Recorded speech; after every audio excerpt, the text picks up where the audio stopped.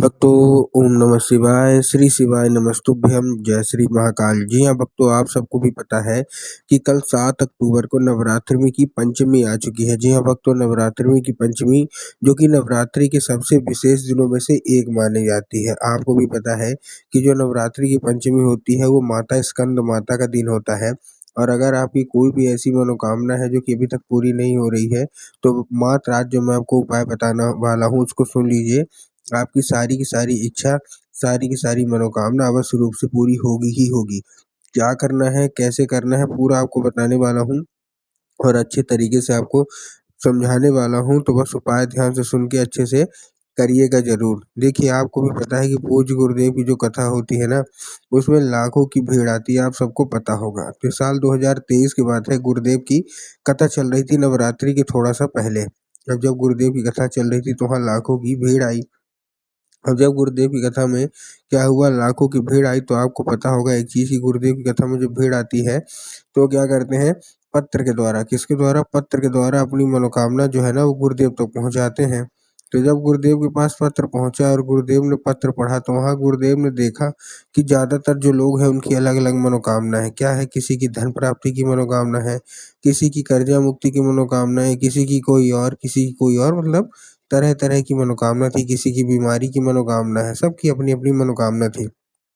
जब गुरुदेव ने ये देखा कि सबकी अपनी-अपनी मनोकामना है, तब गुरुदेव ने 2 से 3 उपाय बताए और कहा कि नवरात्रि के पंचमी के दिन इसको कर लेना। जो कोई भी इच्छा है, जो कोई भी मनोकामना है, सारी की सारी इच्छा और सारी की सारी मनोकामना अवश्य रूप से पूरी होगी ही होगी।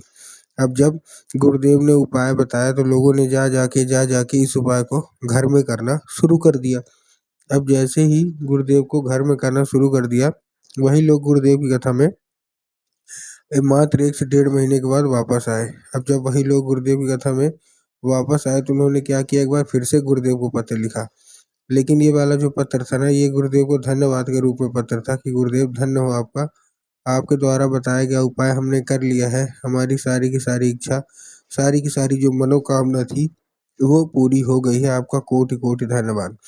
तो देखिए, जो लोग भी मेरी आवाज़ अभी सुन रहे हैं ना, अगर आपको भी जानना है कि आखिर ऐसा कौन-सा उपाय है, जिसको करने मात्र से सारी की सारी इच्छा, सारी मनोकामना पूरी हो जाती हैं, तो चलिए हम बताते हैं आपको आज की इस वीडियो के माध्यम से कि आपको करना क्या है।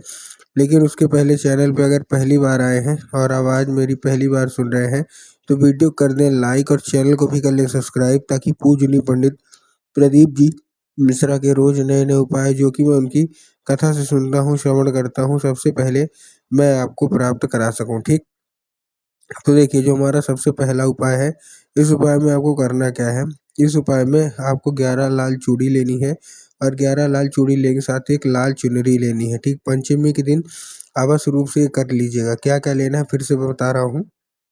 आपको 11 लाल चूड़ी लेनी है और एक लाल चुनरी लेनी है। अब देखिए, लाल चुनरी तो आप देख लीजिएगा, अच्छी लीजिएगा।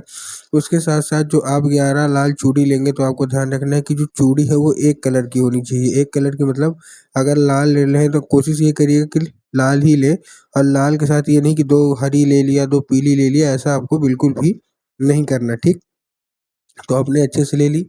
अब अच्छे से लेने के बाद आपको करना क्या है, ठीक ना? लेने के बाद आपको चुपचाप वो क्या करना है, लेने के बाद पहुँच जाना है माता रानी के मंदिर, ठीक? अब जब माता रानी के मंदिर आप लोग पहुँचेंगे, अब आपको करना क्या है, जैसे आप माता रानी के मंदिर पहुँचे, माता रानी के पहले चरणों पे आपको क्या करना है, अर्पित करना है।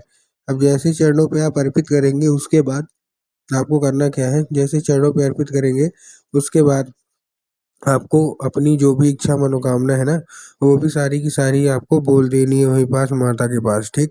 और जब अर्पित करेंगे, तो आपको एक नाम ज़रूर लेना है, क्योंकि नवरात्रि के पंचमी के दिन जो होता है वो स्कंद माता का नाम लिया जाता है। तो आपको करना क्या है, आपको स्कंद माता का नाम लेके वो क्या करना है, अर्पित करना है और अपनी जो कोई भी इच्छा होगी, जो कोई भी मनोकामना होगी, वो सारी की सारी आपको बोल देनी है। उसके बाद करना क्या है, उसके बाद 5 मिनट बाद जो आपके पास चुनरी है, वो चुनरी माता को ऐसे ओढ़ा देना है, पहना देना है अच्छे से, और जो चूड़ी है वो माता के हाथों के पास रख देनी है। पूज्य गुरुदेव कहते हैं कि अगर आप ऐसा करते हैं, तो माता रानी अवश्य रूप से प्रसन्न होती हैं, लेकिन स्कंद माता का नाम अवश्य रूप से ले लीजिएगा, ठीक? अब हम चलते हैं अगले उपाय की ओर। जो हमारा अगला उपाय है वो पान के पत्ते का उपाय है। अब देखिए आपको भी पता है कि जो पान का पत्ता है वो कितना महत्वपूर्ण माना जाता है। तो आपको करना क्या है, 11 पान के पत्ते लेने हैं। क्या लेने हैं? 11 पान के पत्ते। पत्ते ध्यान रखिएगा अच्छे खासे हरे होने चाहिए, कहीं से भी कटे फटे खंडित बिल्कुल भी नहीं होने चाहिए। बहुत सारे लोग पत्ते लेने में यही गलती करते हैं कि पत्ते ले तो लेते हैं लेकिन गलत पत्ते ले लेते हैं, तो आपको इससे बचना है। ठीक, पत्ते आपने ले लिए अच्छे खासे। उसके बाद आपको करना क्या है, पत्तों के बाद आपको केवल और केवल एक काम करना है, हर एक पत्तों में थोड़ा थोड़ा आपको शहद का लेपन कर देना है। क्या करना है?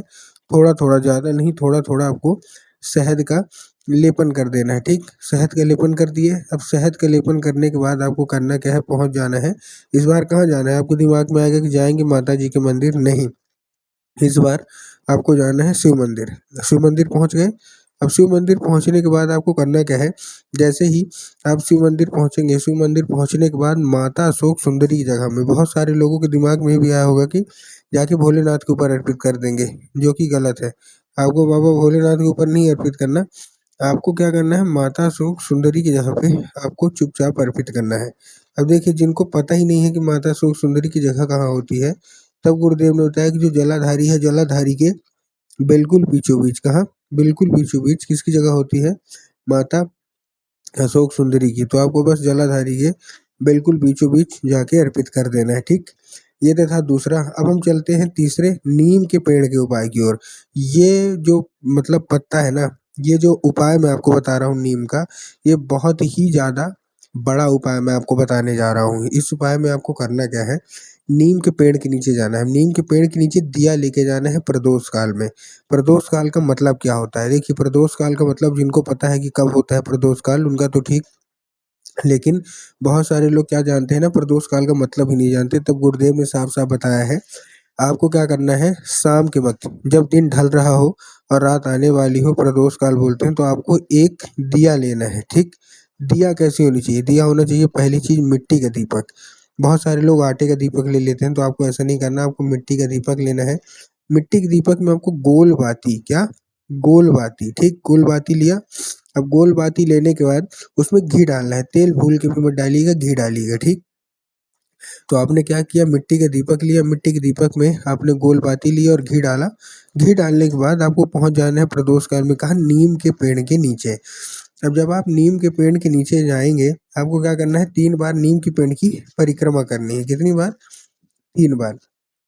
अब जब आप 3 बार नीम के पेड़ की परिक्रमा करेंगे, आपको क्या करना है, जैसे आपने 3 बार नीम के पेड़ की परिक्रमा की, नीम के पेड़ की परिक्रमा करने के बाद जो जो भी मनोकामना होगी वो परिक्रमा करते हुए बोलिएगा, और स्कंद माता का नाम लेके चुपचाप अर्पित करके आ जाइए बस।